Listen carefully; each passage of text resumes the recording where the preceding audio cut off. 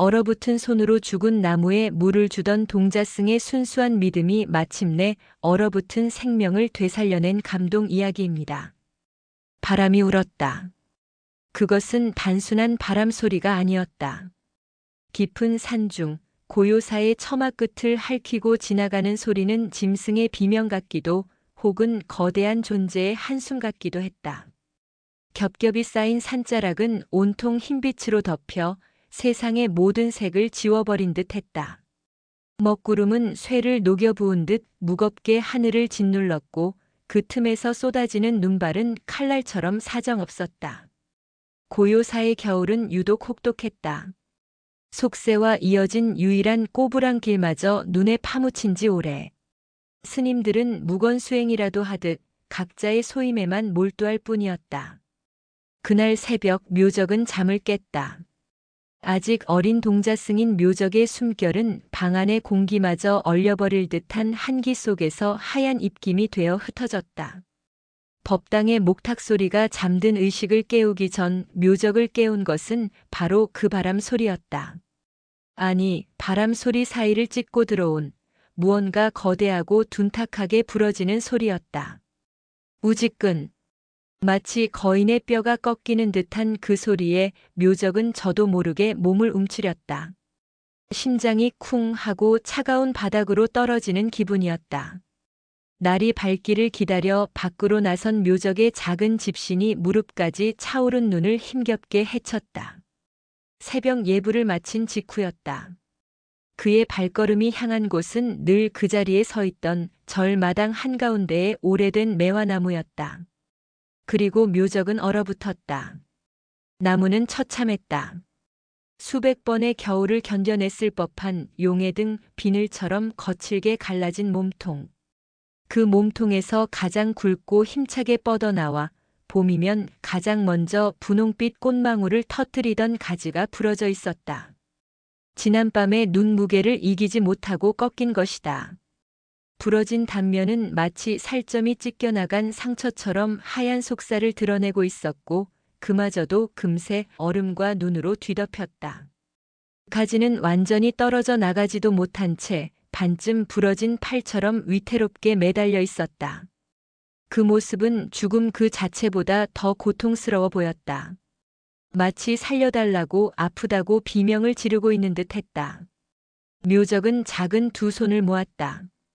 눈물이 핑 돌았지만 눈물은 나오자마자 뺨 위에서 얼어붙었다. 아! 작은 탄식이 터져 나왔다. 저 매화나무는 묘적이 절에 온 날부터 늘 그를 반겨주던 친구였다. 글 공부가 힘들어 몰래 눈물 훔칠 때도 큰 스님께 꾸지람을 듣고 속상할 때도 저 나무는 묵묵히 곁을 지켜주었다. 봄이면 솜사탕 같은 꽃을, 여름이면 시원한 그늘을, 가을이면 붉은 잎을 아낌없이 내어주었다. 그런 나무가 지금 죽어가고 있었다. 공양간을 가던 다른 스님들이 그 모습을 보고 혀를 찼다. 쯧쯧. 올겨울이 유난히 모질긴 모질었구나. 저 정도면 가망이 없겠어. 뿌리까지 얼었을 게야. 봄이 오기 전에 베어내야 할 것 같네. 저리 두면 흉하기도 하고 썩기 시작하면 벌레만 꼬일 테니. 그들의 말은 묘적의 가슴에 날카로운 고드름처럼 박혔다. 베어낸다고? 이토록 아파하는 나무를? 묘적은 고개를 저었다. 아니라고, 아직 아니라고 소리치고 싶었지만 어린 동자승의 목소리는 얼어붙은 공기 속에서 차마 소리가 되지 못했다. 그는 그저 부러진 가지에서 눈을 떼지 못했다. 나무의 바로 곁에는 말없이 이 모든 것을 지켜보는 돌부처가 있었다. 세월에 달아 이목구비는 희미해졌지만 입가에 머금은 옅은 미소만은 선명했다. 돌부처의 어깨 위에도 무릎 위에도 눈이 소복이 쌓여 있었다. 부처는 말이 없었고 나무는 신음했다. 겨울은 이제 막 시작되고 있었다. 며칠이 지났다. 매서운 한파는 기세를 꺾을 줄 몰랐다. 꺾인 매화나무는 이제 누구의 관심도 받지 못했다. 스님들은 그 나무를 이미 죽은 것으로 여겼다. 봄이 오면 장작으로 쓰일 운명. 그 이상도 그 이하도 아니었다. 하지만 묘적은 아니었다. 그날 새벽 모두가 깊은 잠에 빠져 있거나 혹은 묵언의 참선에 들어있을 시간. 묘적이 조용히 방을 나섰다. 얇은 누비옷 위로 두꺼운 솜저고리를 껴입었지만 살을 애는 바람은 바늘처럼 옷감을 뚫고 들어왔다. 묘적의 작은 손에는 금이 간 표주박이 들려 있었다. 그가 향한 곳은 절 뒤편의 작은 샘터였다. 꽁꽁 얼어붙은 샘은 두꺼운 얼음장 아래 갇혀 있었다. 묘적은 곁에 있던 작은 돌멩이를 들어 끙끙대며 얼음을 깨기 시작했다. 손이 깨질 듯 아려왔다. 몇 번이고 돌을 놓칠 뻔했지만 묘적은 이를 악물었다. 한참의 사투 끝에 겨우 주먹만 한 구멍이 뚫렸다. 차가운 물이 솟아올랐다. 묘적은 서둘러 표주박에 물을 담았다. 금세 손가락 마디마디가 감각을 잃고 붉게 부어올랐다. 그 물을 들고 묘적은 다시 매화나무 앞으로 갔다. 나무야. 묘적은 작은 목소리로 속삭였다. 목마르지? 많이 아프지? 이거 마셔. 따뜻한 물은 아니지만 그래도 물이야. 묘적은 얼어붙은 땅 위에 나무의 메마른 뿌리 근처에 표주박에 물을 천천히 부었다. 물은 땅에 스며들기도 전에 하얗게 얼어붙기 시작했다. 누가 보아도 부질없는 짓이었다. 얼어붙은 뿌리가 이 물을 마실 리 만무했다. 차가운 물은 오히려 나무를 더 얼게 할 뿐일지도 몰랐다. 하지만 묘적은 멈추지 않았다. 그는 부러진 가지의 단면에도 조심스럽게 물을 적셔주려 애썼다. 힘내. 제발. 죽지 마. 그것은 기도였다. 어리고 순수한 영혼이 할 수 있는 가장 간절한 방식의 기도였다. 그날부터 묘적의 비밀스러운 일과가 시작되었다. 새벽 예불 전 아직 동트기 전 가장 어두운 시간에 일어나 얼음을 깨고 물을 길었다. 그리고 아무도 보지 않는 그곳에서 죽어가는 나무에게 물을 주었다. 하루 이틀. 그리고 한 달이 지났다. 묘적의 손은 온통 동상에 걸려 흉하게 갈라지고 피딱지가 앉았다. 발도 마찬가지였다. 하지만 묘적은 아랑곳하지 않았다. 물론 그 모습을 목격한 스님들도 있었다. 수행을 총괄하는 공공 스님은 묘적을 불러 따끔하게 꾸짖었다. 묘적아, 그 부질없는 짓을 당장 그만두거라. 공공 스님은 냉철하고 엄격하기로 이름난 분이었다. 모든 것은 인연 따라 생기고 멸하는 법. 저 나무의 연은 이미 다한 것이다. 죽은 것에 집착하는 것은 부처님의 가르침에 어긋나는 미망이며 집착이다. 어리석은 감상에 빠져 수행을 게을리하지 말거라. 묘적은 고개를 숙인 채 아무 말도 하지 못했다. 눈물이 턱을 타고 흘러 차가운 방바닥으로 떨어졌다. 스님. 하지만 나무가 아파합니다. 아파한다고? 묘적아. 내가 아픈 것이냐, 나무가 아픈 것이냐. 내 마음속의 그림자를 나무에 투영하지 말거라. 그것은 자비가 아니라 너의 욕심이다. 공공 스님의 말은 서리발처럼 차가웠다. 묘적은 흐느끼며 물러날 수밖에 없었다. 그날 밤 묘적은 이불을 뒤집어 쓰고 소리 죽여 울었다. 내가 틀린 걸까? 나의 마음이 그저 어리석은 집착일까? 하지만 다음 날 새벽 묘적은 다시 몸을 일으켰다. 손에는 어김없이 금이 간 표주박이 들려 있었다. 겨울은 절정으로 치달았다. 묘적의 시련도 함께 깊어졌다. 공공 스님의 꾸지람 이후 묘적의 행동은 더욱 조심스러워졌다. 하지만 비밀은 오래가지 못했다. 동자승들 사이에서 묘적은 놀림거리가 되었다. 저것 봐. 묘적이 또 저런다. 죽은 나무에 물 주는 멍청이. 그러다 얼어 죽으면 어쩌려고 저래. 어린 동자승들의 짓궂은 놀림은 묘적의 마음에 작은 생채기를 냈다. 하지만 묘적은 묵묵히 그들의 말을 견뎠다. 놀림보다 더 견디기 힘든 것은 나무가 점점 더 죽어가는 것처럼 보인다는 사실이었다.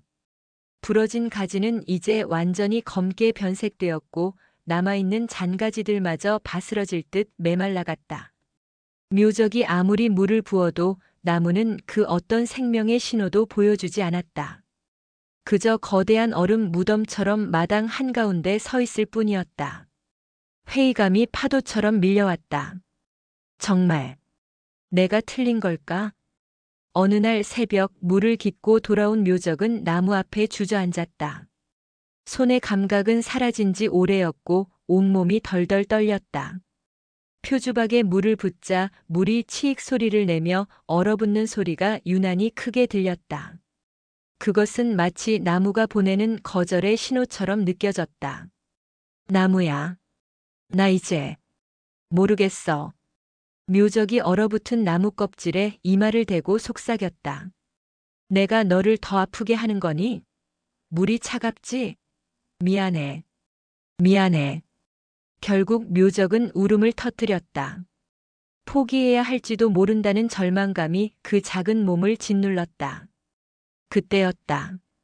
고요한 새벽의 정적을 깨고 묵직한 기침 소리가 들렸다. 콜록콜록. 거기서 무얼 하느냐? 묘적은 화들짝 놀라 고개를 들었다. 그곳에는 노스님 해암 대선사가 서 있었다. 해암 스님은 고요사의 가장 큰 어른이자 살아있는 부처라 불릴 만큼 깊은 깨달음을 얻은 분이었다. 하지만 평소에는 그저 인자한 할아버지처럼 말이 없고 조용히 스님들을 지켜볼 뿐이었다. 묘적은 얼른 일어나 엎드려 절을 했다. 스님, 소승이, 소승이. 차마 변명을 할 수가 없었다. 해암 스님은 묘적이 들고 있던 표주박과 얼어붙은 나무를 천천히 번갈아 보았다. 그 깊은 눈은 묘적의 마음속까지 꿰뚫어 보는 듯 했다. 추운데 어서 들어가거라. 해암 스님은 그것이 전부인 듯 다른 꾸지람이나 질문을 하지 않았다. 손이 다 얼었구나. 노스님은 천천히 다가와 거칠고 주름진 손으로 묘적의 붉고 터진 손을 감쌌다. 이상하게도 노스님의 손은 불을 쥔 듯 따뜻했다. 그 온기에 묘적의 얼었던 마음까지 녹아내리는 듯 했다. 스님, 제가 잘못한 것입니까? 묘적이 울먹이며 물었다. 해암 스님은 대답 대신 묘적과 나란히 서서 나무를 바라보았다. 그리고 그 옆에 돌부처를 바라보았다. 묘적아. 노스님이 입을 열었다. 저 부처님은 왜 저기 서 계신 듯하냐? 저 나무는 또 왜 하필 부처님 곁에 서 있는 듯하냐? 알 수 없는 질문이었다. 묘적은 그저 고개만 숙였다. 살아있는 모든 것은 아픔을 안고 있단다. 사람도 짐승도 그리고 저 나무도. 내가 물을 주는 것은 나무에게뿐만이 아닐 게다. 노스님은 알 듯 모를 듯한 미소를 지었다. 내 마음이 시키는 일이거든 하거라. 다만 내 마음이 지치지는 않게 하거라. 해암 스님은 더 이상 말없이 묘적의 어깨를 두어 번 두드려주고는 새벽 안개 속으로 천천히 사라졌다. 묘적은 한참 동안 그 자리에 서 있었다. 노스님의 말씀은 어려웠다. 하지만 묘적은 한 가지는 분명히 깨달았다. 내 마음이 시키는 일. 그리고 묘적의 마음은 여전히 포기하지 말라고 외치고 있었다. 해암 스님과의 만남 이후 묘적의 마음은 기묘한 평온을 되찾았다. 공공 스님의 꾸지람도 동료들의 놀림도 더는 그를 흔들지 못했다. 그는 그저 묵묵히 자신의 소임을 다했다. 겨울은 더욱 깊어져 이제는 숨을 쉬는 것조차 고통스러울 지경이었다. 샘터의 얼음은 묘적의 힘으로는 깰 수 없을 만큼 두꺼워졌다. 첫 번째 시련이 닥쳤다. 며칠을 끙끙대도 얼음은 요지부동이었다.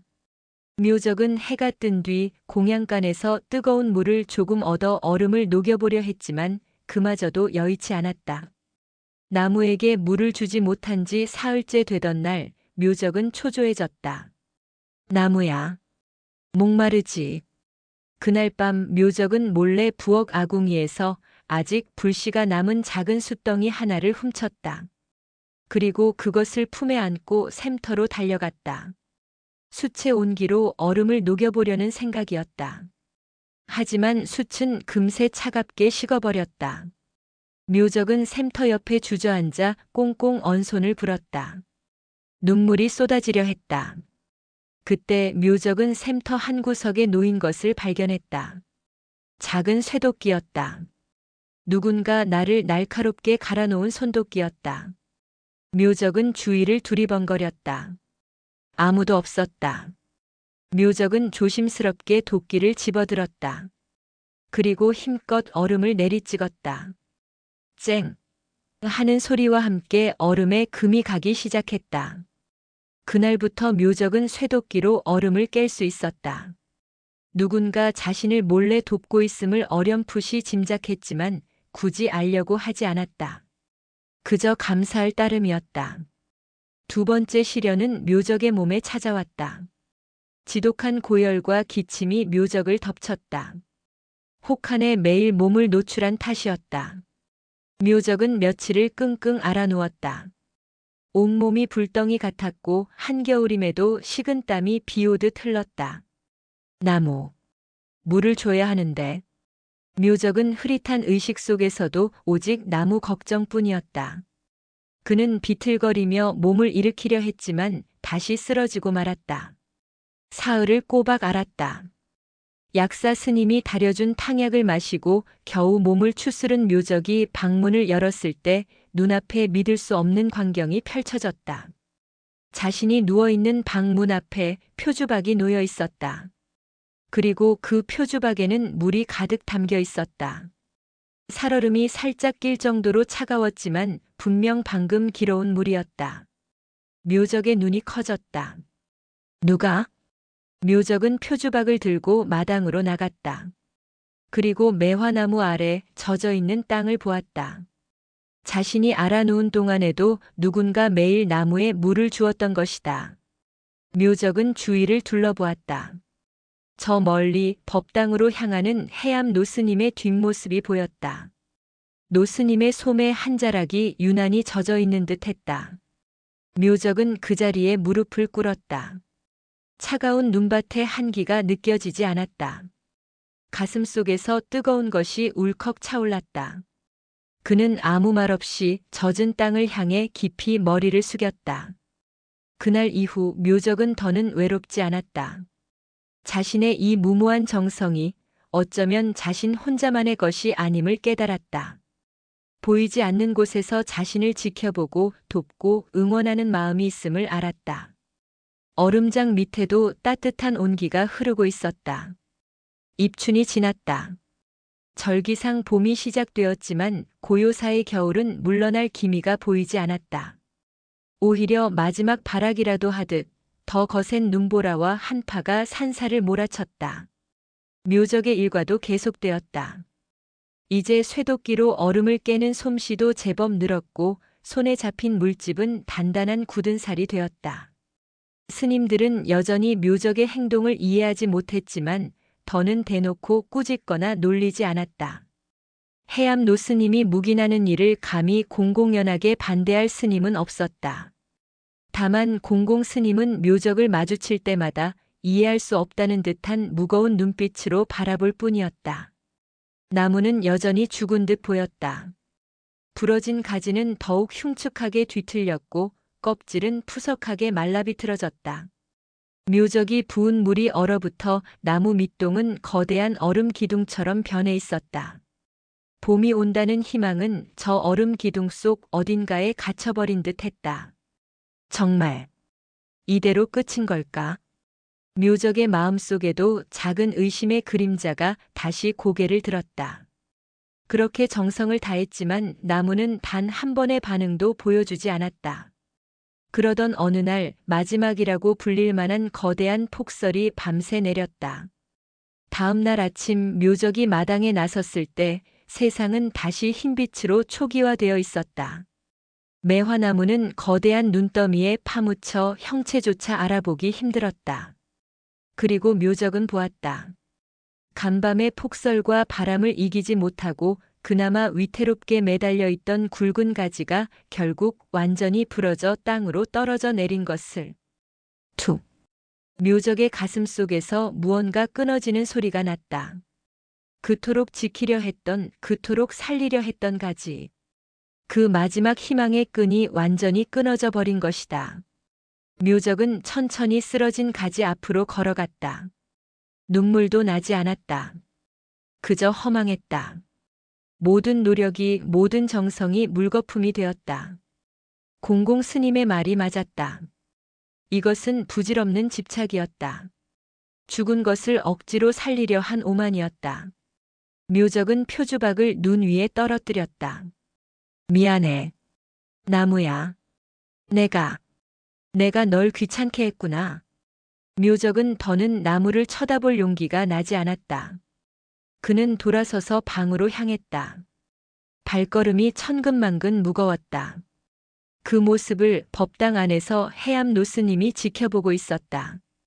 노스님은 아무 말 없이 그저 조용히 눈을 감았다. 그날 묘적은 처음으로 나무에 물을 주러 가지 않았다. 그 다음 날도 가지 않았다. 묘적의 겨울도 나무의 겨울과 함께 끝난 것처럼 보였다.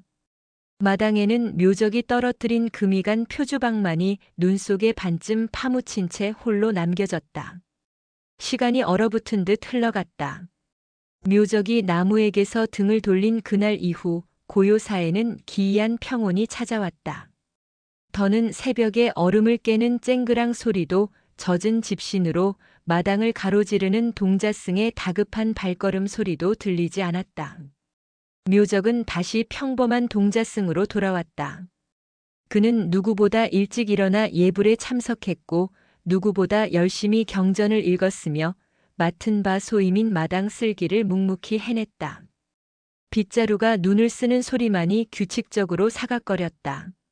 하지만 묘적의 빗질은 결코 마당 한가운데를 향하지 않았다.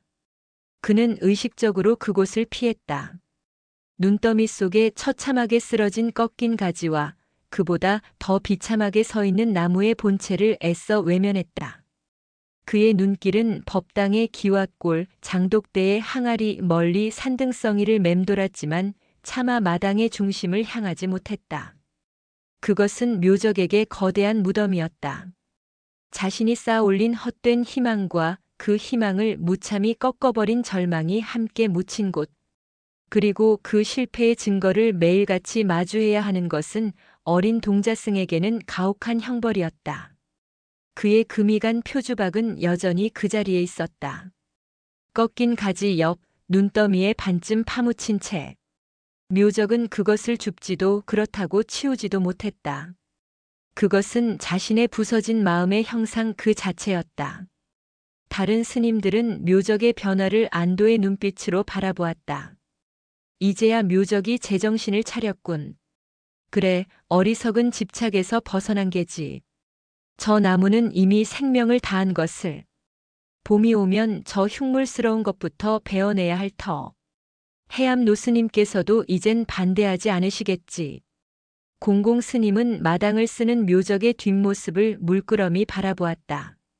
그 엄격한 얼굴에는 희미한 만족감이 스쳤지만 그것은 승리의 만족감이라기보다는 질서가 회복되었음을 확인하는 무감각한 표정이었다. 묘적아. 어느 날 공공 스님이 그를 불렀다. 묘적의 어깨가 움찔했다. 예, 스님.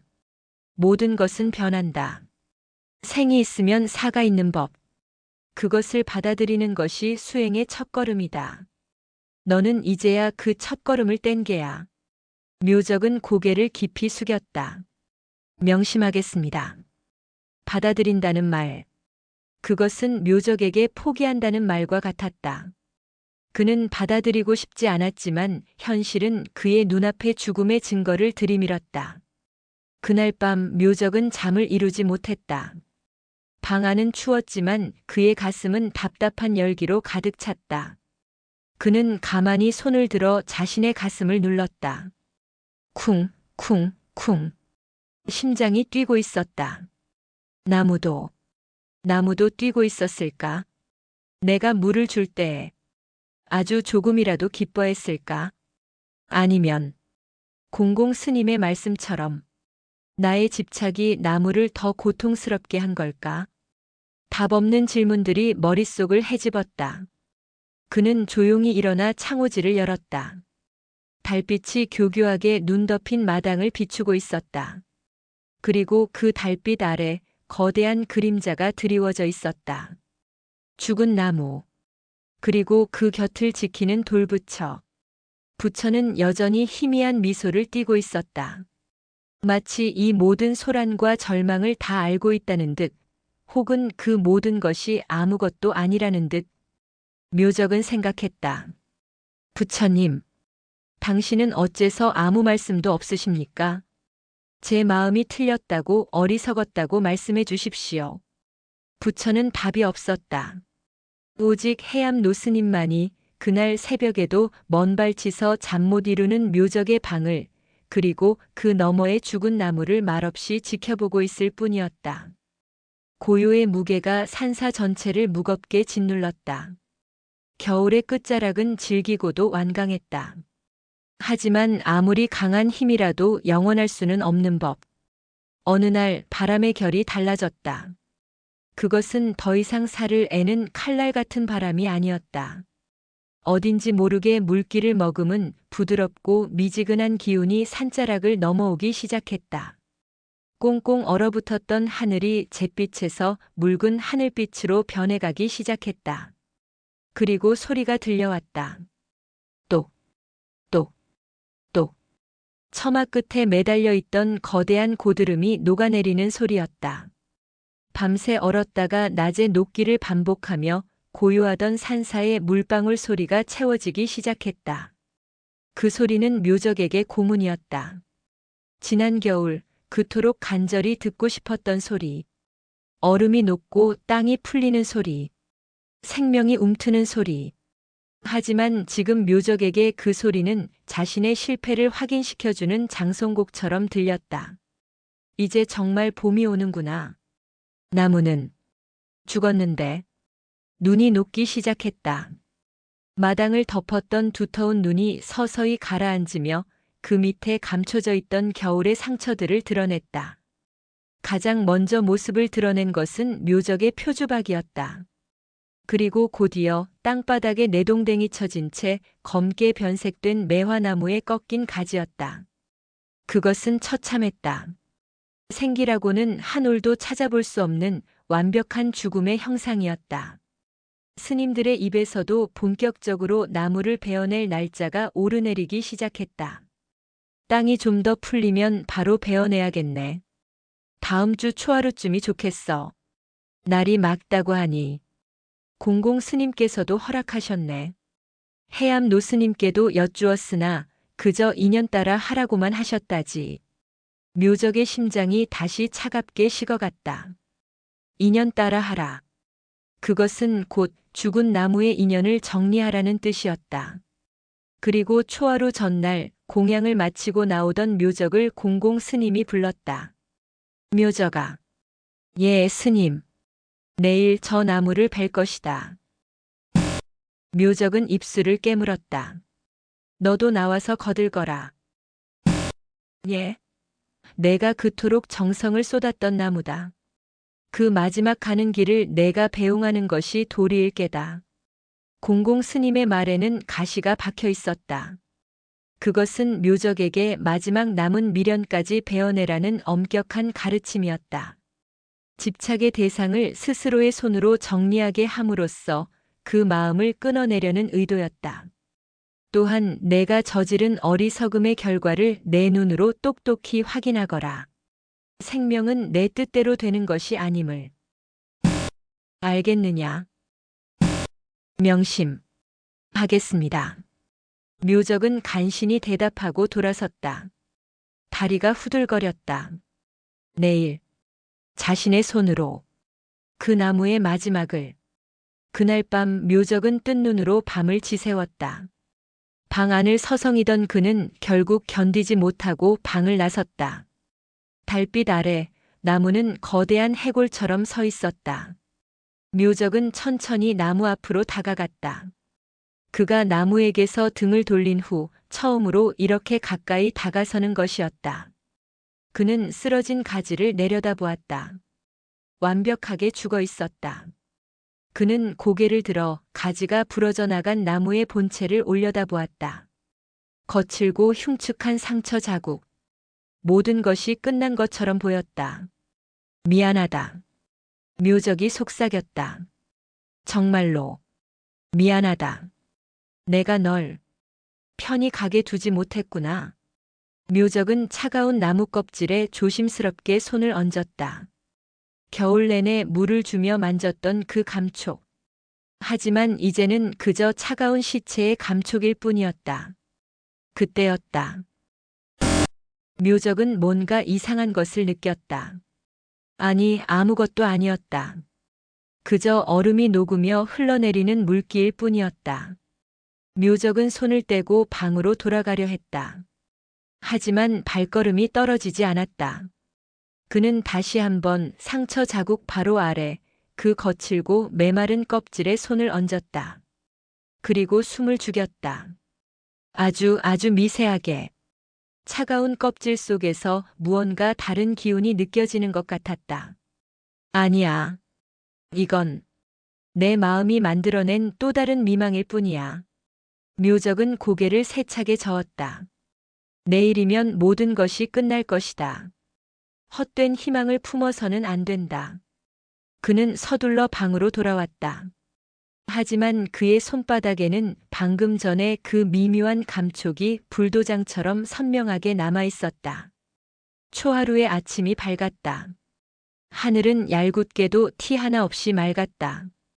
봄볕이라 하기엔 아직 차가웠지만 햇살은 분명한 온기를 담고 마당을 비추고 있었다. 이른 아침부터 장정 스님 서너 명이 마당에 모였다. 그들의 손에는 날카롭게 날이 선 도끼와 커다란 톱이 들려 있었다. 그 쇠붙이들이 아침 햇살에 번뜩이는 것이 묘적의 눈에는 사형 집행인의 칼날처럼 보였다. 공공 스님이 무거운 표정으로 지시를 내렸다. 우선 저 쓰러진 가지부터 치우고 그 다음 본체를 벨 것이다. 조심해서들 하게. 묘적은 창백한 얼굴로 그들 곁에 섰다. 그에게 주어진 소임은 스님들이 톱질과 도끼질을 하기 편하도록 나무 주변에 녹다 만 눈과 잔해들을 치우는 것이었다. 묘적아, 어서 시작하거라. 공공 스님의 재촉에 묘적은 떨리는 손으로 빗자루와 쓰레받기를 들었다. 그는 나무 밑동으로 다가갔다. 스님들이 톱을 들고 어느 쪽부터 벨 것인지를 논의하는 소리가 웅웅거리며 멀게 들렸다. 묘적은 기계적으로 눈을 치웠다. 겨울 내내 자신이 부었던 물이 얼어붙어 만들어진 얼음 기둥이 햇살에 녹아 질척거렸다. 그의 손이 나무의 본체 그 흉터에 닿았다. 어젯밤 느꼈던 그 미묘한 감촉. 묘적은 다시 한번 그곳에 손을 얹었다. 그리고 눈을 감았다. 틀림없었다. 차가운 죽음의 기운 속에서 아주 가느다란 실처럼 무언가 다른 것이 느껴졌다. 그것은 온기라고 하기엔 너무 미약했지만 그렇다고 완벽한 냉기도 아니었다. 그것은 마치 깊은 땅 속에서 이제 막 깨어나려는 작은 숨결 같았다. 묘적의 심장이 세차게 뛰기 시작했다. 그는 눈을 번쩍 떴다. 그리고 자신의 손이 닿은 곳, 그 흉측한 상처 자국을 뚫어지라 쳐다보았다. 검고 메마른 껍질, 세월의 흔적이 가득한 거친 표면. 그런데 잠시만요. 묘적이 다급하게 외쳤다. 톱을 들고 다가오던 스님들이 멈칫했다. 공공 스님이 미간을 찌푸렸다. 무슨 일이냐 묘적아. 스님. 저기. 묘적은 말도 제대로 잇지 못하고 자신이 바라보던 곳을 손가락으로 가리켰다. 스님들의 시선이 묘적의 손끝을 따라 나무의 흉터로 향했다. 무엇을 보았다는 게냐? 벌레라도 있다는 게냐? 한 스님이 무심하게 물었다. 아니요. 저것, 상처가 아물며 부풀어 오른 듯한 자리. 그 흉터 바로 옆 거친 껍질을 비집고 나온 아주 작은 것. 먼지보다도 작고 바늘끝보다도 미세한, 연두색도 분홍색도 아닌 그저 갈색 껍질과 구별하기 힘든 아주 작은 돌기. 저게 무엇입니까? 묘적이 떨리는 목소리로 물었다. 공공 스님이 앞으로 나섰다. 그는 눈을 가늘게 뜨고 묘적이 가리키는 곳을 한참이나 들여다보았다. 그의 표정이 미세하게 굳어졌다. 다른 스님들도 웅성거리기 시작했다. 뭐가 있다는 거야? 모르겠네. 그냥 나무 껍질 같은데. 이것은 공공 스님이 마침내 입을 열었다. 눈이다. 예? 꽃눈. 인가? 공공 스님의 목소리에도 당혹감이 묻어났다. 그것은 누가 보아도 꽃눈이라고 하기에는 너무나 작고 너무나 보잘것없었다. 하지만 그것은 분명 죽은 껍질과는 다른 무언가 살아있음을 암시하는 작은 돌기였다. 말도 안 돼. 저 부러진 가지는 완벽히 죽었는데 뿌리까지 다 얼었을 게야. 저것은 그저 나무가 죽기 전에 마지막으로 허침을 쓴 흔적일 게다. 스님들은 믿을 수 없다는 듯 고개를 저었다. 공공 스님은 한참 동안 그 작은 돌기를 바라보았다. 그의 내면에서 엄격한 이성과 눈앞의 작은 현상이 충돌하고 있었다. 그는 도끼를 든 스님들을 향해 손을 들었다. 일단 멈추어라. 예? 오늘은 그만두겠다. 공공 스님은 더 말없이 묘적을 한번, 나무를 한번 쳐다보고는 법당을 향해 돌아섰다. 남겨진 스님들은 어리둥절한 표정으로 서로를 바라보다가 쩔쩔매며 도끼와 톱을 거두었다. 묘적은 그 자리에 못 박힌 듯 서 있었다. 그 작은 돌기에서 눈을 뗄 수가 없었다. 저것이 정말. 그는 무릎을 꿇었다. 그리고 겨울 내내 잊고 지냈던 샘터 한 구석에 녹슨 채 버려져 있던 작은 쇠도끼를 떠올렸다. 자신의 노력이 아니었다. 자신을 돕던 손길들. 그리고 이 나무가 마지막까지 놓지 않았던 생명의 끈. 모든 것이 헛되지 않았을지도 모른다. 묘적의 눈에서 뜨거운 눈물이 쏟아져 내렸다. 그것은 절망의 눈물이 아닌 태어나서 처음 맛보는 경이로움과 희망의 눈물이었다. 나무를 베는 일은 무기한 미루어졌다. 고요사에는 다시 묘한 긴장감이 감돌았다. 스님들은 마당을 지날 때마다 흘깃흘깃 매화나무를 쳐다보았다. 그들의 눈에는 여전히 불신이 가득했다. 꽃눈이라니. 저런 흉측한 상처에서 곧 검게 말라버릴 게야. 봄볕이 따가워지면 버티지 못할 걸. 그들의 수군거림에도 불구하고 묘적은 흔들리지 않았다. 그에게는 이제 세상 그 무엇보다도 강력한 증거가 있었다. 비록 그것이 쌀알의 반이반도 되지 않는 작은 돌기일지라도 묘적은 다시 표주박을 들었다. 샘터로 향하는 그의 발걸음은 가벼웠다. 녹슨 쇠도끼로 얼음을 깨는 일은 이제 필요 없었다. 샘물은 시원하게 솟아나고 있었다. 그는 다시 나무에 물을 주기 시작했다. 하지만 이전과는 달랐다. 겨울에 그것이 살려내겠다는 맹목적이고 절박한 집착이었다면 지금의 그것은 살아나 주어 고맙다는 감사와 응원의 기도였다. 그는 더 이상 부러진 가지의 단면에 물을 붓지 않았다. 그 가지는 스님들이 치워 마당 한 구석에 쌓여 있었다. 그는 오직 살아있는 본체와 그 뿌리가 있는 땅을 적셨다. 그리고 그의 가장 중요한 일과는 그 작은 눈을 지켜보는 것이었다. 그는 매일 아침 해가 뜰 때, 한낮의 햇살이 가장 따뜻할 때, 그리고 해가 지고 달이 뜰 때 그 작은 눈을 찾아갔다. 하지만 눈은 좀처럼 자라지 않았다. 봄은 더디게 오고 있었다. 꽃샘 추위가 몇 번이나 산사를 덮쳤고 진눈깨비가 흩날리는 날도 있었다. 그럴 때마다 묘적의 마음은 철렁 내려앉았다. 저 작은 것이 이 추위를 견딜 수 있을까? 불안감이 엄습할 때마다 묘적은 공공 스님의 말을 떠올렸다. 생명은 내 뜻대로 되는 것이 아님을. 그래, 자신이 할 수 있는 일은 물을 주는 것뿐. 나머지는 저 나무의 몫이며 하늘의 몫이었다. 묘적은 물을 준 뒤 가만히 나무 줄기에 자신의 뺨을 대었다. 그리고 속삭였다. 괜찮아. 내가 있잖아. 춥지? 조금만 더 힘을 내. 그는 자신의 체온이 나무에게 전해지기를 바랐다.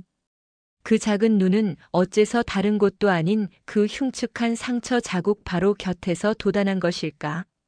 묘적은 그것이 궁금했다.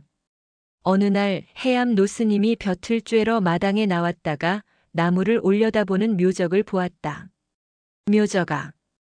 예, 스님. 무엇이 그리 궁금하냐? 스님. 저 꽃눈은 어찌하여 가장 아픈 곳에서 피어난 것입니까? 해암 스님은 묘적이 바라보는 곳을 함께 올려다보았다. 그 깊은 눈이 햇살에 가늘어졌다. 묘적아. 예. 상처는 끝이 아니기 때문이란다. 모든 생명은 상처 입은 곳으로 기운을 모은단다. 그곳을 치유하기 위해서지. 사람의 살같이 상처가 나면 그곳으로 피가 몰리고 새살이 돋아나듯 나무도 마찬가지니라. 노스님은 꺾인 가지가 떨어져 나간 자리를 가리켰다. 저 나무는 가장 굵은 가지를 잃었다. 모든 기운을 빼앗겼지. 하지만 너의 정성이 그 기운을 다시 불러 모았고 나무는 그 모든 기운을 가장 아픈 상처 자국으로 보낸 게야. 죽기 위해서가 아니라 그 상처를 딛고 다시 살기 위해서.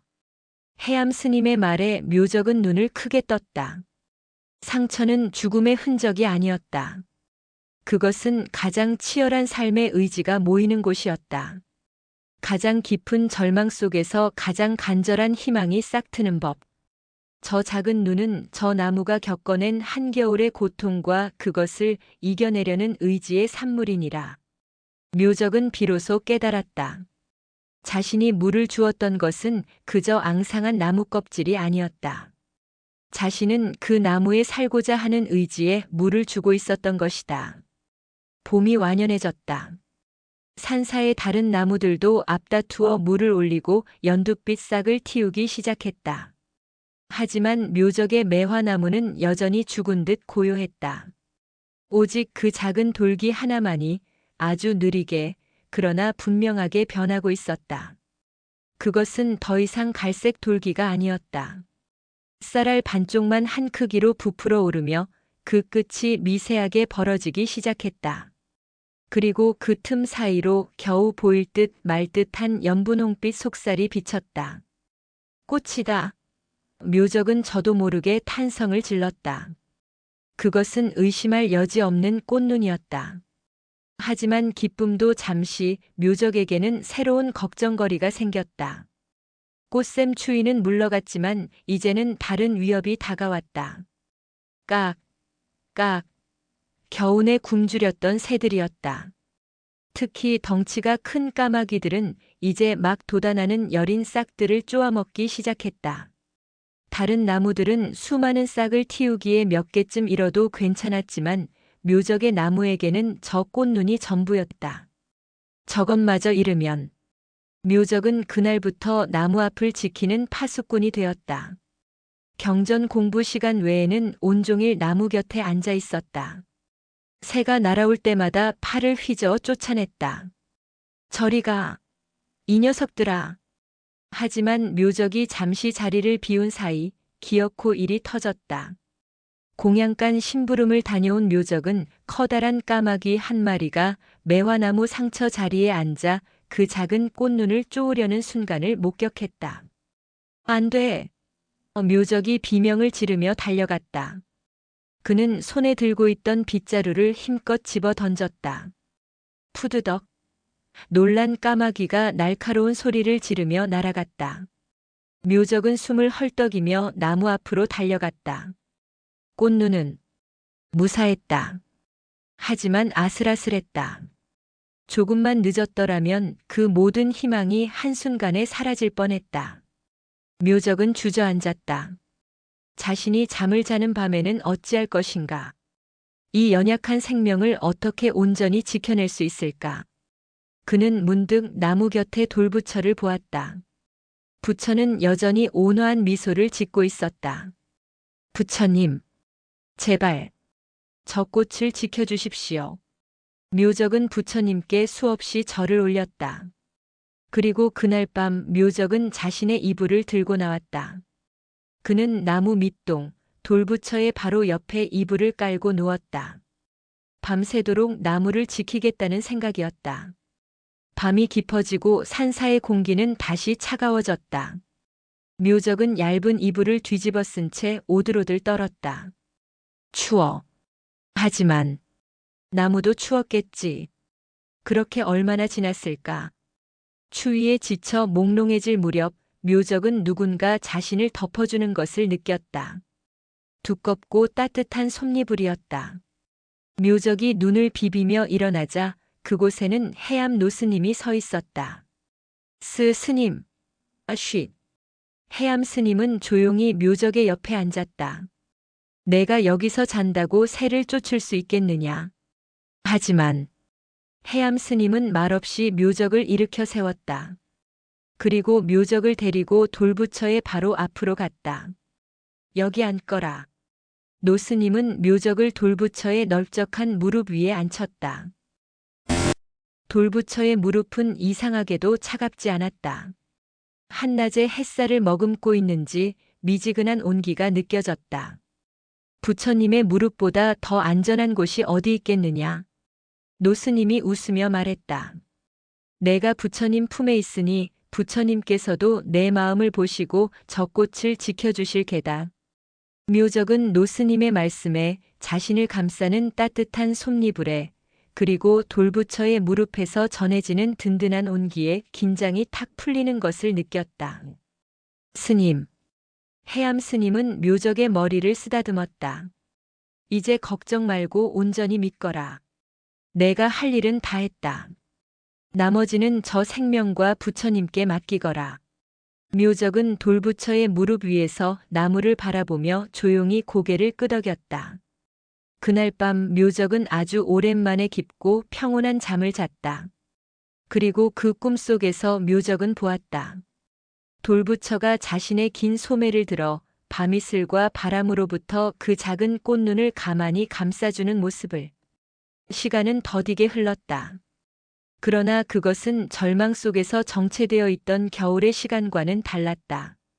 그것은 기다림의 시간이었고 숨죽인 희망의 시간이었다. 묘적의 일과는 다시 시작되었다. 새벽에 일어나 물을 깃고 나무의 뿌리를 적셨다. 하지만 그의 마음가짐은 완전히 달라져 있었다. 겨울의 물주기가 살려야 한다는 절박한 사투였다면 봄의 물주기는 사라져서 고맙다는 다정한 응원이었다. 그는 더 이상 나무를 억지로 깨우려 하지 않았다. 그저 나무가 필요로 할 자양분을 묵묵히 공급할 뿐이었다. 그의 가장 중요한 일과는 그 작은 눈을 지켜보는 것이었다. 하지만 그 작은 눈은 묘적의 불타는 마음을 아는지 모르는지 좀처럼 눈에 띄는 변화를 보여주지 않았다. 그저 쌀알 반쪽만 한 크기로 그 자리에 붙어 있을 뿐이었다. 꽃샘 추위가 찾아온 날에는 묘적의 심장도 함께 얼어붙는 듯 했다. 저열인 것이 이 바람을 견딜까? 그는 밤새 덮었던 솜니불을 가져와 나무의 상처 부위를 감싸주려 했다. 묘적아. 해암 노스님의 목소리가 등 뒤에서 들려왔다. 묘적은 화들짝 놀라 돌아보았다. 내가 덮어준다고 저 눈이 따뜻할 듯 싶으냐? 스님. 하지만 내 마음은 갸륵하나 생명은 그리 약하지 않단다.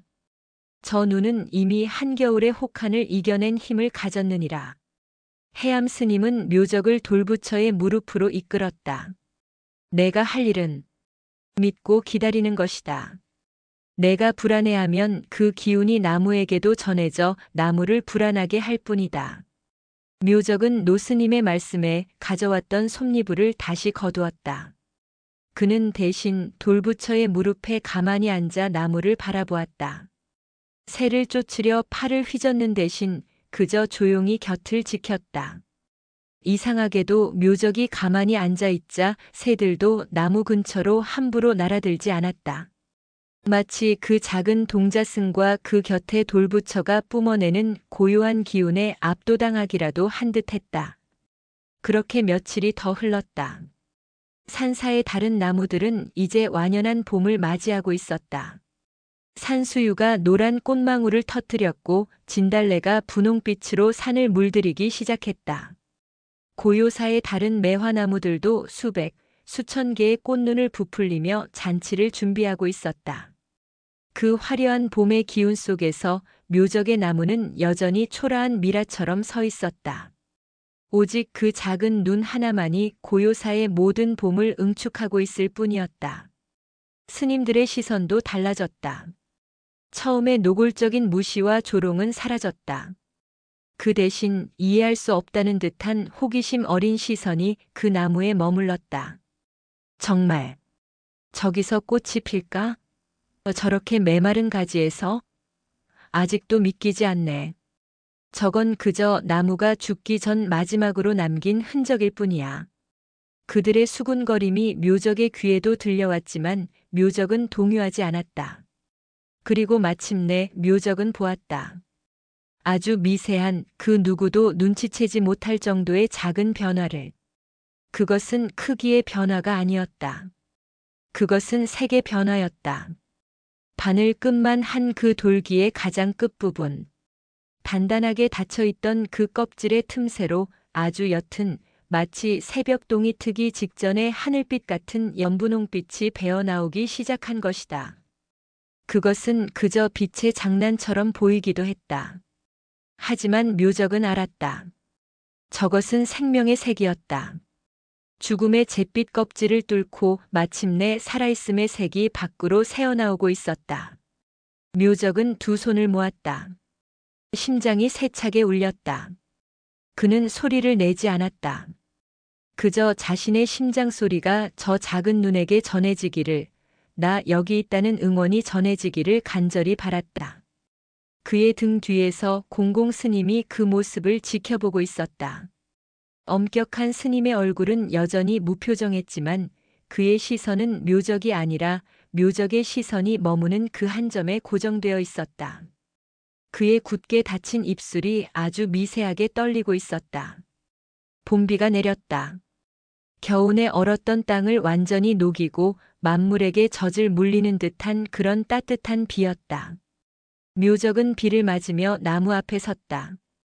빗물이 그의 작은 뺨을 타고 흘러내렸지만 그는 아랑곳하지 않았다. 그는 빗물이 그 작은 눈을 적시는 것을 가만히 지켜보았다. 마셔라. 실컷 마셔라. 비는 꼬박 하루 동안 내렸다. 그리고 다음 날 아침 산사는 안개에 휩싸였다. 물기를 머금은 공기는 달고 상쾌했다. 묘적이 마당으로 나갔을 때 그는 자신의 눈을 의심했다. 안개 속에서 그 나무가 어제와는 다르게 보였다. 그는 홀린 듯 나무 앞으로 다가갔다. 그리고 숨을 멈췄다. 아, 그 작은 눈. 밤새 내린 봄비를 흠뻑 빨아들인 그 눈은 더 이상 쌀알 반쪽만 한 돌기가 아니었다. 그것은 분명하게 부풀어 올라 있었다. 통통하게 살이 오른 젖먹이의 손가락 마디처럼. 그리고 그를 감싸고 있던 거칠고 단단한 갈색 껍질이 마침내 그 힘을 이기지 못하고 툭 하고 터져 갈라져 있었다. 그 갈라진 틈 사이로 이 세상의 것이라고는 믿기지 않을 만큼 맑고 투명한 연분홍빛 꽃잎들이 겹겹이 쌓인 채 모습을 드러냈다. 그것은 아직 꽃이 아니었다. 꽃이 되기 직전에 가장 순수하고 응축된 생명의 결정체. 꽃봉오리였다. 그 흉측한 상처 자국. 죽음의 흔적이라 여겼던 그 검은 흉터 위에서 마치 상처가 피워낸 보석처럼 영롱한 꽃봉오리가 맺혀 있었다. 묘적은 손을 뻗었다. 만져보고 싶었다. 하지만 그는 차마 손가락을 대지 못했다. 자신의 거친 손이 저 연약한 생명을 더럽힐 것만 같았다. 그는 한 걸음 물러나 그저 경이로운 눈으로 바라볼 뿐이었다. 그 소식은 순식간에 절간에 퍼졌다. 처음에는 동자승들이 쭈뼛거리며 모여들었다. 와, 정말이다. 꽃봉오리야. 맙소사. 저 죽은 나무에서 한때 묘적을 멍청이라 놀렸던 동자승은 자신의 뺨을 한 대 때리며 얼굴을 붉혔다. 곧이어 다른 스님들도 하나둘 모여들었다. 그들은 모두 말을 잃었다. 그들의 눈앞에 있는 것은 그저 나무에서 핀 꽃봉오리가 아니었다. 그것은 그들이 죽었다고 단죄했던 생명이, 불가능하다고 포기했던 희망이, 어리석다고 무시했던 순수한 믿음이 마침내 이루어낸 기적의 증거였다. 그 어떤 화려한 봄꽃도 수천 송이의 만개한 벚꽃도 지금 저 흉터 위에 위태롭게 맺힌 단 하나의 꽃봉오리보다 더 강렬한 생명의 메시지를 전하지는 못했다. 사람들이 웅성거릴 무렵 공공 스님이 다가왔다. 그는 묵묵히 인파를 헤치고 나무 가장 앞으로 나섰다. 그의 시선은 오직 그 꽃봉오리에 고정되었다. 그는 아주 한참을 미동도 없이 서 있었다. 그의 눈에는 더 이상 엄격함이나 냉철함이 없었다. 그의 눈에는 깊은 혼란과 그보다 더 깊은 경외감이 서려 있었다. 그는 자신의 평생의 수행과 가르침이 저 작은 동자승의 무모한 정성 앞에서, 그리고 저 작은 꽃봉오리의 장엄한 생명력 앞에서 무너져 내리는 것을 느꼈다. 집착이라 하였는가? 그는 속으로 되뇌었다. 저것이 집착이라면 내가 평생 붙들고 온 가르침은 대체 무엇이었단 말인가? 생과 사를 가르는 것은 나의 얄팍한 지식이 아니었구나. 공공 스님은 조용히 돌아섰다. 그는 그 자리에 모인 스님들을 향해 나지막하지만 힘있는 목소리로 말했다. 모두 물러가게. 저 생명이 고요히 피어날 수 있도록 오늘은 아무도 이 나무에 가까이 가지 말게. 묘적이는 내가 이 나무를 지키거라. 공공 스님이 처음으로 묘적의 행위를 수행으로 인정한 순간이었다. 묘적은 스님을 향해 깊이 고개를 숙였다. 그는 다시 나무 곁에 앉았다. 돌부처에 무릎이었다. 이제 나무는 그 혼자만의 나무가 아니었다. 고요사 모든 대중의 마음속에 가장 깊은 화두를 던지는 스승이 되어 있었다. 그날 밤 묘적은 잠을 이루지 못했다. 고요사의 모든 것이 잠든 깊은 밤. 묘적은 해암 스님이 덮어주었던 솜니부를 덮고 돌부처의 무릎에 앉아 있었다. 달빛이 휘영청 밝았다. 그 달빛을 받아 꽃봉오리가 하얗게 빛나고 있었다. 금방이라도 톡하고 터질 것처럼 그 어느 때보다도 팽팽하게 부풀어 올라 있었다. 연분홍빛은 이제 제법 짙어져 그 안에 머금은 향기까지 느껴지는 듯 했다. 묘적은 숨을 죽였다.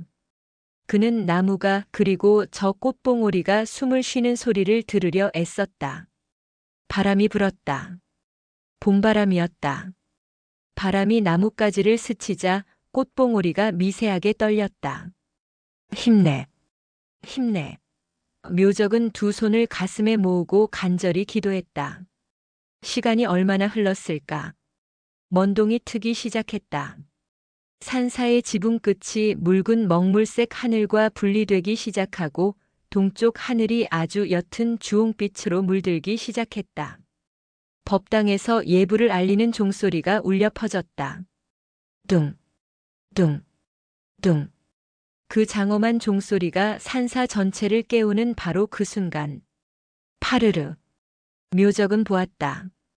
달빛과 새벽빛의 경계에서 그 꽃봉오리가 아주 가늘게 경이로운 경련을 일으키는 것을, 그리고 마치 아주 긴 숨을 참았다가 내쉬는 것처럼 단단하게 닫혀있던 꽃잎의 끝이 아주 천천히, 아주 조용히 벌어지기 시작했다. 한 겹, 그리고 또 한 겹. 묘적은 숨을 쉴 수 없었다. 눈을 깜빡이는 것조차 잊었다. 새벽의 차가운 공기 속으로 겨우내 웅크리고 있던 연분홍빛 속살이 그 모습을 드러냈다. 그것은 다른 매화나무의 꽃처럼 크고 화려하지 않았다. 오히려 작고 연약하고 창백해 보이기까지 했다. 하지만 그 어떤 꽃도 그보다 더 고결할 수는 없었다. 그 어떤 생명도 그보다 더 치열할 수는 없었다. 죽음의 흉터 위에서 모두가 불가능하다고 했던 그 절망의 한복판에서 한겨울의 시련과 어린 동자승의 순수한 정성을 양분 삼아 마침내 꽃이 피었다. 그것은 산사에서 가장 먼저 핀 꽃이었다. 아직 다른 매화나무들이 꽃망울을 터뜨리기 전 양지 바른 곳의 진달래보다도 먼저 이 죽었던 나무가 고요사에 가장 먼저 봄을 알렸다. 꽃잎이 완전히 열리고 그 안에 감춰져 있던 노란 꽃술이 모습을 드러냈을 때 묘적의 뺨 위로 뜨거운 눈물이 흘러내렸다. 그것은 기쁨의 눈물도 슬픔의 눈물도 아니었다. 그것은 생명 그 자체에 대한 경외감이었다. 나무가 살아났다. 아니, 나무는 한 번도 죽은 적이 없었다. 그저 가장 깊은 곳에서 가장 치열하게 살아남기 위해 애쓰고 있었던 것이다. 묘적은 돌부처의 무릎에서 내려왔다. 그리고 그 꽃을 향해, 그 나무를 향해, 그 나무 곁에 부처님을 향해 천천히 그리고 깊게 자신의 온 마음을 다해 절을 올렸다. 그의 작은 등이 새벽빛 속에서 가늘게 떨리고 있었다. 새벽 예불을 마친 스님들이 법당에서 나왔을 때 그들은 모두 그 자리에 얼어붙었다. 그리고 그들의 눈은 한 곳으로 모였다. 가장 먼저 핀 꽃. 돌부처의 바로 곁에서 흉측한 상처 자국을 딛고 피어난 단 한 송이의 연분홍 매화. 그것은 그 어떤 설법보다도 강렬했다. 그 어떤 경전의 구절보다도 깊은 깨달음을 주었다.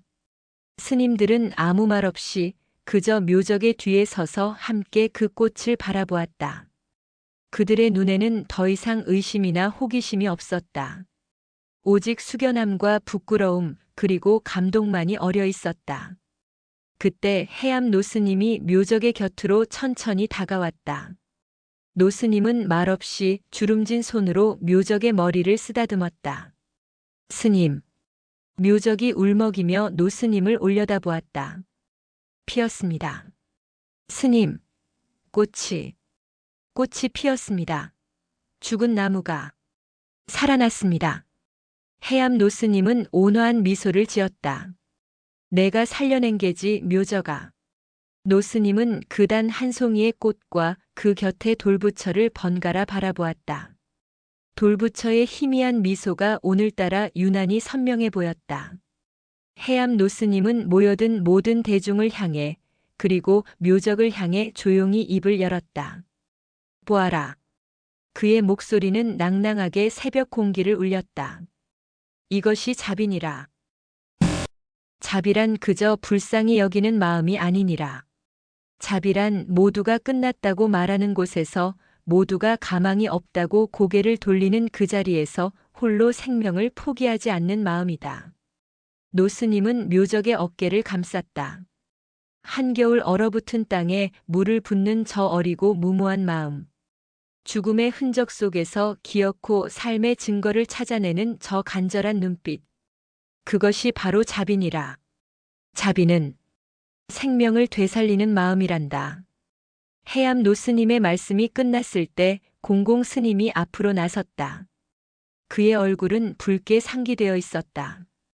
그는 해암 노스님께 깊이 절을 올리고 그리고 돌아서서 어린 동자승 묘적에게 그리고 그가 살려낸 꽃을 향해 깊이 허리를 숙였다. 소승이 어리석었습니다.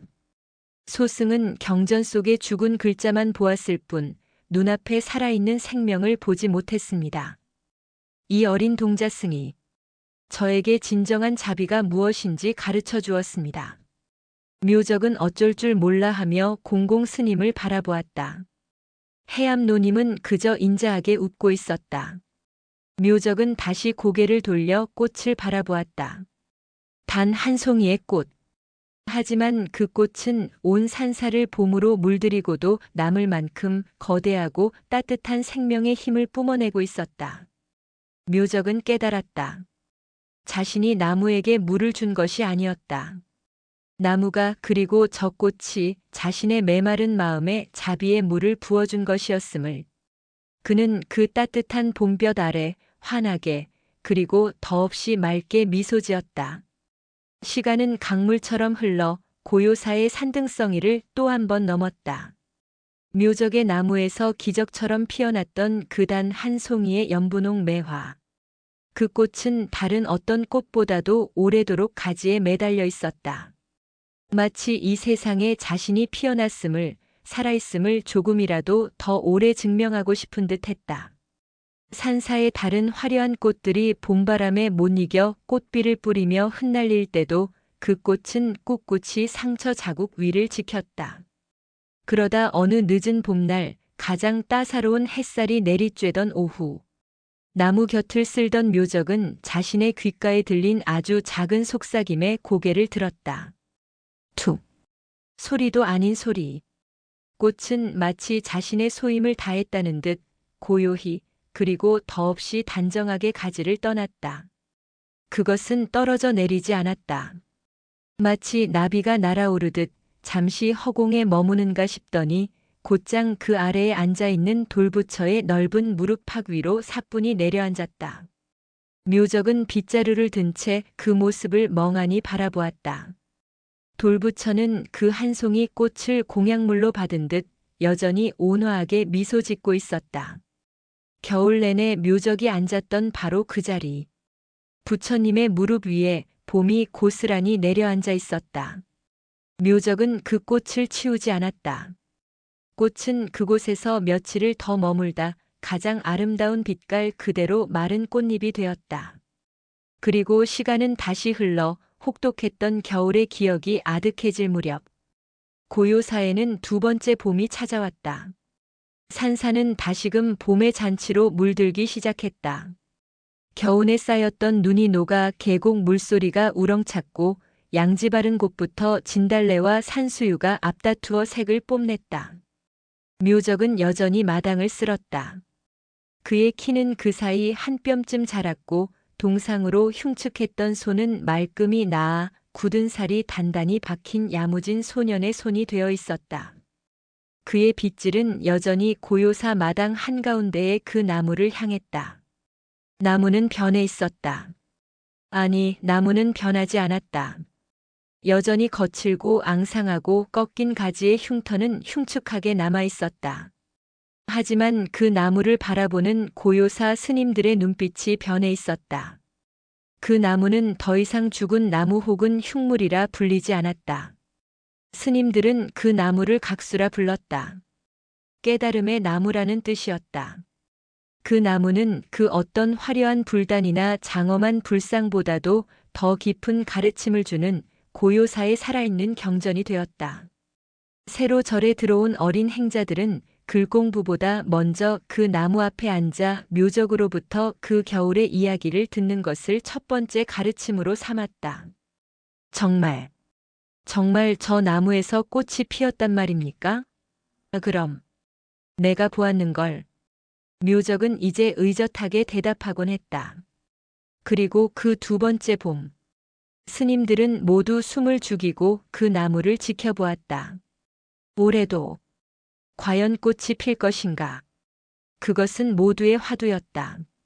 지난 봄에 그 꽃은 그저 죽기 전 마지막 남은 기운을 짜내 피워낸 단 한 번의 기적은 아니었을까? 모두의 마음속에는 작은 불안감이 싹트고 있었다. 묘적만이 불안해하지 않았다. 그는 겨울이 채 가시기도 전부터 이미 알고 있었다. 그는 매일같이 나무의 상처를 들여다보았고 그 흉터의 가장자리, 거친 껍질을 비집고 돋아나는 아주 작은 초록의 점들을 발견했기 때문이었다. 그것은 꽃눈이 아니었다. 잎눈이었다. 나무가 꽃을 피우기 이전에 살겠다는 의지로 잎을 먼저 틔우고 있었다. 그리고 마침내 봄이 무르익었을 때 나무는 모두의 기대에 답했다. 지난해 단 한 송이의 꽃이 피었던 바로 그 흉터. 그 상처가 아물며 부풀어 오른 그 자리에서 올해는 기적처럼 5송이의 꽃이 새로이 피어났다. 그것은 다른 매화나무의 풍성한 꽃송이에 비하면 여전히 초라할 만큼 적은 수였다. 하지만 그 5송이의 연분 홍빛 꽃은 수천 송이의 꽃보다 더 짙은 생명의 향기를 뿜어냈다. 그뿐만이 아니었다. 모두가 죽었다고 생각했던 검게 말라비틀어졌던 다른 가지들. 그 가지들의 끝에서도 좁쌀만한 연두빛 잎사귀들이 수줍게 고개를 내밀고 있었다. 나무는 자신의 온몸으로 자신이 다시 살아났음을 증명하고 있었다. 그 모습을 가장 먼저 발견한 것은 공공 스님이었다. 엄격했던 그의 얼굴에는 이제 부드러운 미소가 감돌았다. 그는 이른 새벽 묘적보다도 먼저 나와 그 작은 잎사귀들을 들여다보는 것이 새로운 일과가 되어 있었다. 보아라. 공공 스님은 어린 행자들을 불러 모아 잎사귀 하나를 가리켰다. 이것이 생명이다. 경전 속에 갇힌 죽은 글자가 아니라 이 차가운 바람 속에서도 기어코 싹을 틔우는 이 힘이야말로 우리가 배워야 할 부처님의 가르침이다. 그의 목소리는 그가 가르쳤던 그 어떤 경전의 구절보다도 깊은 울림을 담고 있었다. 그날 오후 만개한 5송이의 꽃을 바라보며 돌부처 무릎에 앉아있는 묘적에게 해암 노스님이 조용히 다가왔다. 노스님은 묘적의 옆에 나란히 앉아 흉터 위에서 당당하게 피어난 꽃들을 올려다보았다. 묘적아. 예, 스님. 아직도 저 흉터가 아파 보이느냐? 묘적은 고개를 저었다. 아닙니다, 스님. 이제는 아름다워 보입니다. 그랬다. 흉터는 사라지지 않았다. 거칠고 뒤틀린 상처는 나무의 몸에 영원히 각인되어 있었다. 하지만 그 상처는 더 이상 죽음이나 절망의 상징이 아니었다. 그것은 가장 치열한 생명이 움트는 토양이 되었고 가장 눈부신 꽃을 피워내는 자리가 되어 있었다. 해암 노스님은 묘적의 손을 가만히 잡았다. 그렇단다, 묘적아. 자비란 상처를 없애주는 것이 아니니라. 자비란 그 상처를 끌어안고 그 상처마저도 생명의 일부로 받아들이며 마침내 그 상처 위에서 꽃을 피워낼 수 있도록 돕는 마음이란다. 노스님은 돌부처의 미소를 바라보았다. 부처님께서는 겨울 내내 아무것도 하지 않으신 듯 보였지. 하지만 저분은 그저 묵묵히 저 나무와 그리고 너의 그 순수한 마음을 온몸으로 받아주고 계셨던 게다. 그것이 부처님의 자비니라. 묘적은 노스님의 말씀을 가슴 깊이 새겼다. 그는 자신이 한겨울 내내 부었던 물이 실은 나무가 아니라 저 돌부처에게 부은 것이었음을 깨달았다. 그리고 부처님은 그 차가운 물을 기꺼이 받아 가장 따뜻한 생명의 기운으로 바꾸어 나무에게 돌려준 것이었다. 자비는 생명을 되살리는 마음. 묘적이 조용히 그 말을 은조렸다. 해암 노스님은 인자하게 고개를 끄덕였다. 그 마음만 잊지 않는다면 묘적아. 내가 가는 모든 곳이 봄이 될 것이며 내가 만나는 모든 생명이 너로 인해 꽃을 피울 게다. 묘적은 고개를 들어 나무를 바라보았다. 5송이의 꽃 너머로 파랗게 펼쳐진 봄의 하늘이 눈부시게 빛나고 있었다. 그의 곁에는 온화하게 미소 짓는 돌부처가 그리고 그의 가슴 속에는 영원히 지지 않을 따뜻한 봄이 자리 잡고 있었다. 어린 동자승의 순수한 자비가 피워낸 기적의 꽃. 죽은 나무의 꽃은 그렇게 고요사의 전설이 되어 상처 입은 모든 이들의 가슴 속에 희망의 씨앗을 심어주며 영원히 피어나고 있었다.